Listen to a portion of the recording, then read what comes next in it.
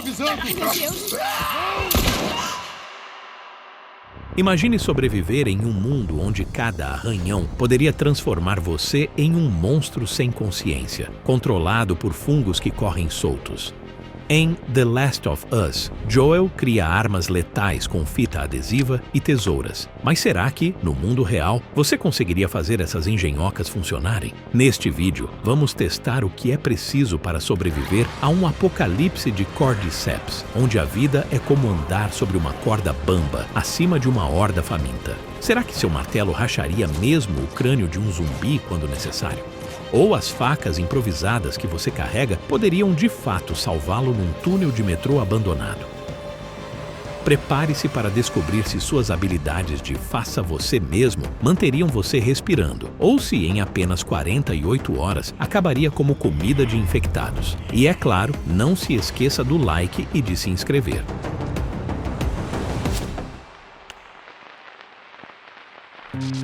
Então nós já concordamos que o mundo de Joel é extremamente brutal, mas vamos direto à ciência.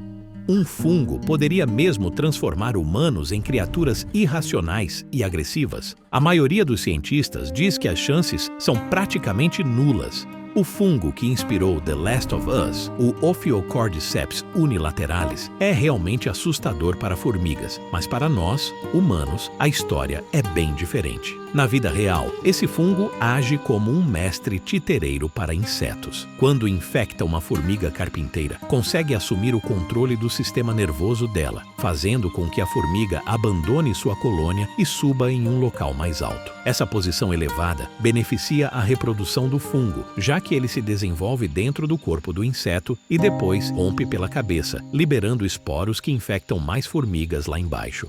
Parece enredo de ficção científica, não é? Mas vamos entender por que isso não se aplicaria tão facilmente a humanos. Esse controle mental extremamente sofisticado é resultado de milhões de anos de coevolução entre o fungo e as formigas. Saltar do controle de um inseto de cerca de 250 mil neurônios para comandar nosso cérebro, que possui em torno de 86 bilhões, seria como sair de uma bicicleta direto para pilotar um avião de guerra às cegas. Além disso, fungos como o Cordyceps costumam ser muito especializados. Cada espécie geralmente ataca apenas um tipo específico de inseto. O fungo que domina formigas não é capaz de infectar nem mesmo outras variedades de insetos, muito menos mamíferos. Porém, antes que você fique totalmente tranquilo, saiba que mudanças climáticas estão gerando novos perigos fúngicos que de fato preocupam. Nos últimos anos, foram registrados mais de 700 casos de Candida auris somente nos Estados Unidos, um fungo desconhecido da medicina antes de 2009. Alguns relatórios mais recentes já falam em mais de 2.000 casos no total, mostrando uma tendência de crescimento. Segundo a OMS, Organização Mundial da Saúde, essa espécie se adapta a temperaturas corporais mais altas, o que tradicionalmente era uma barreira contra vários tipos de fungos. Segundo a doutora Roberts, pesquisadora focada em patógenos emergentes, Candida auris pode ser transmitido de pessoa para pessoa, algo raro no reino dos fungos. E por que isso importa no contexto de um apocalipse estilo The Last of Us? Porque se mais fungos se adaptarem a nossas temperaturas, o risco de infecções fúngicas em larga escala pode aumentar. Não estamos falando de zumbis conectados por micélio, mas de surtos reais que já sobrecarregam os hospitais. Outro fator preocupante é o uso indiscriminado de antibióticos, que desequilibra nossa microbiota. Quando as bactérias benéficas são eliminadas, os fungos oportunistas encontram terreno para se proliferar. Some isso ao envelhecimento da população mundial e ao aumento no número de pessoas com imunidade baixa, e você tem um cenário mais propício a infecções fúngicas. Ainda assim, dificilmente testemunharíamos hordas descontroladas de humanos infectados, estilo Cordyceps. A forma de transmissão e a maneira de agir desses fungos emergentes são bem diferentes do que vemos na ficção de Neil Druckmann. Por outro lado, o colapso de infraestrutura, as lutas por recursos e a violência de facções que vemos em The Last of Us são sim eventos com precedentes históricos e plausíveis. E por falar em precedentes, daqui a pouco vamos analisar se as armas improvisadas de Joel realmente funcionariam na prática. Mas antes, se você gosta desse tipo de análise, clique em inscrever-se e ative as notificações. Assim, você não perde nenhum detalhe das próximas discussões.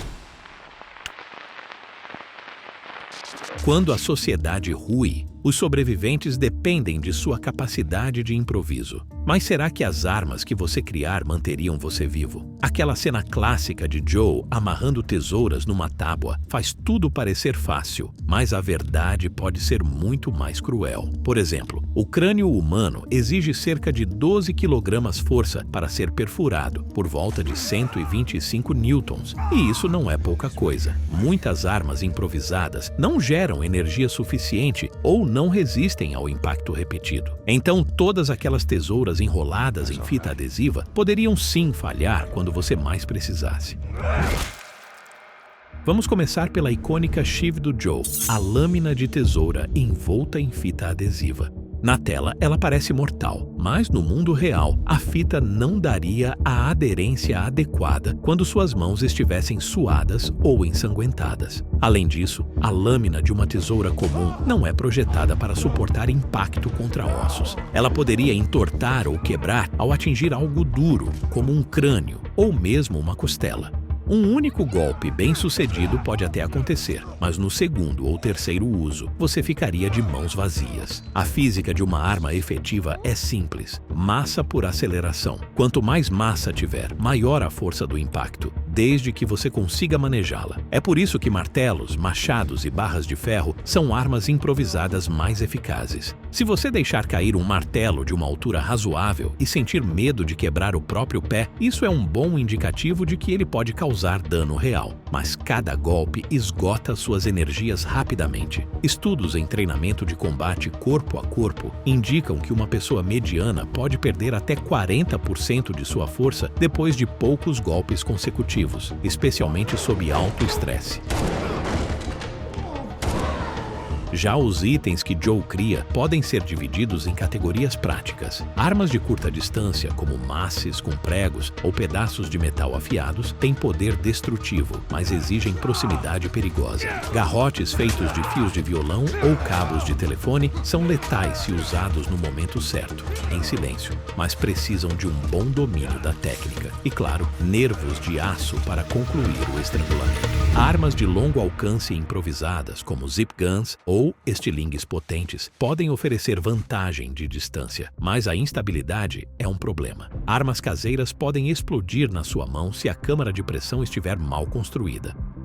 Trap mines e explosivos vistos em The Last of Us. Parte 2 demandam matérias-primas bem específicas. E lembre-se, 20 anos após o colapso, a maioria desses recursos já teria se tornado escasso ou estaria degradada. Aliás, a fita adesiva é um ponto crucial. Produtos como duct tape têm prazo de validade e perdem aderência ao longo do tempo, sobretudo em ambientes úmidos ou muito quentes. Em um contexto real, a cada ano ficaria mais difícil encontrar algo que substituísse uma das principais ferramentas de crafting que o jogo mostra tão abundantemente. Fora o fato de que usar repetidamente uma arma improvisada demanda a habilidade e condicionamento físico que o jogo simplifica. Lutar com um bastão com pregos, por exemplo, exige muito dos seus braços e punhos. Depois de 1 ou 2 golpes, você poderia estar com dores que diminuem sua precisão. A verdade nua e crua é que, mesmo que fosse possível criar algumas daquelas armas, sua durabilidade e confiabilidade seriam menores do que o game sugere. Você precisaria ter um plano B, C e até D para situações que exigissem força ou furtividade.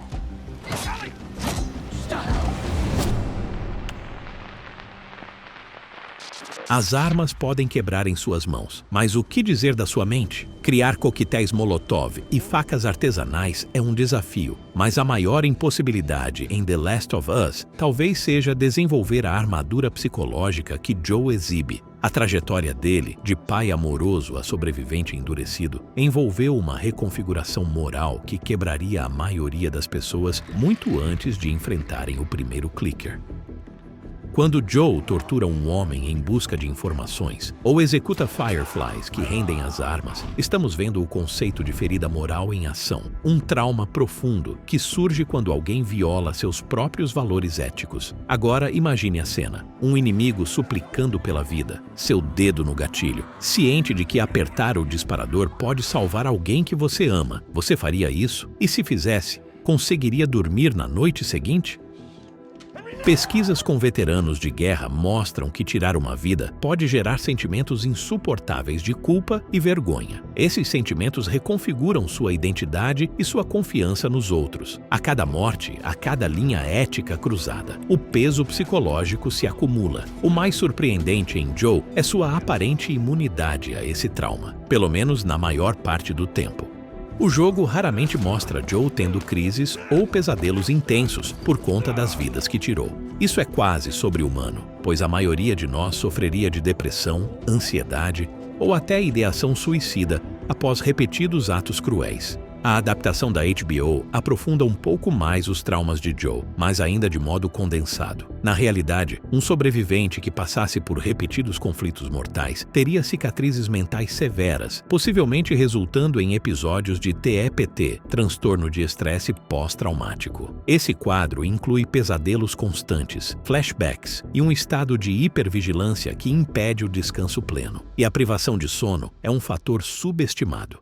Um estudo publicado na Nature and Science of Sleep indica que depois de apenas uma noite mal dormida, a capacidade de reação diminui consideravelmente. Agora imagine dias ou semanas de sono fragmentado, acordando a cada rangido no meio da noite, temendo emboscadas ou infectados. Em pouco tempo, sua coordenação motora e seu raciocínio ficariam seriamente comprometidos. Esse cansaço intenso também fragiliza o sistema imunológico, deixando você mais propenso a doenças que, em um mundo sem medicamentos disponíveis, podem ser fatais. Ou seja, o pior inimigo pode ser a sua própria saúde mental e física se desgastando ao longo do tempo. Há ainda o dilema entre a frieza necessária para sobreviver e a necessidade de se relacionar com outras pessoas para formar alianças. Traços de desconfiança e brutalidade que garantem a sobrevivência inicial podem acabar isolando você a longo prazo, inviabilizando acordos e tornando quase impossível viver em comunidade. Joe e Tess funcionam juntos porque têm personalidades semelhantes, mas a maioria de nós teria enorme dificuldade em equilibrar a agressividade indispensável com a empatia vital para parcerias duradouras. Em The Last of Us, Joe encontra uma espécie de redenção e motivação em Ellie. Estudos mostram que a força de laços emocionais pode ajudar a mitigar parte do estresse pós-traumático, pois dá sentido às ações violentas. Mas isso não apaga a culpa acumulada, apenas a torna suportável o bastante para seguir em frente.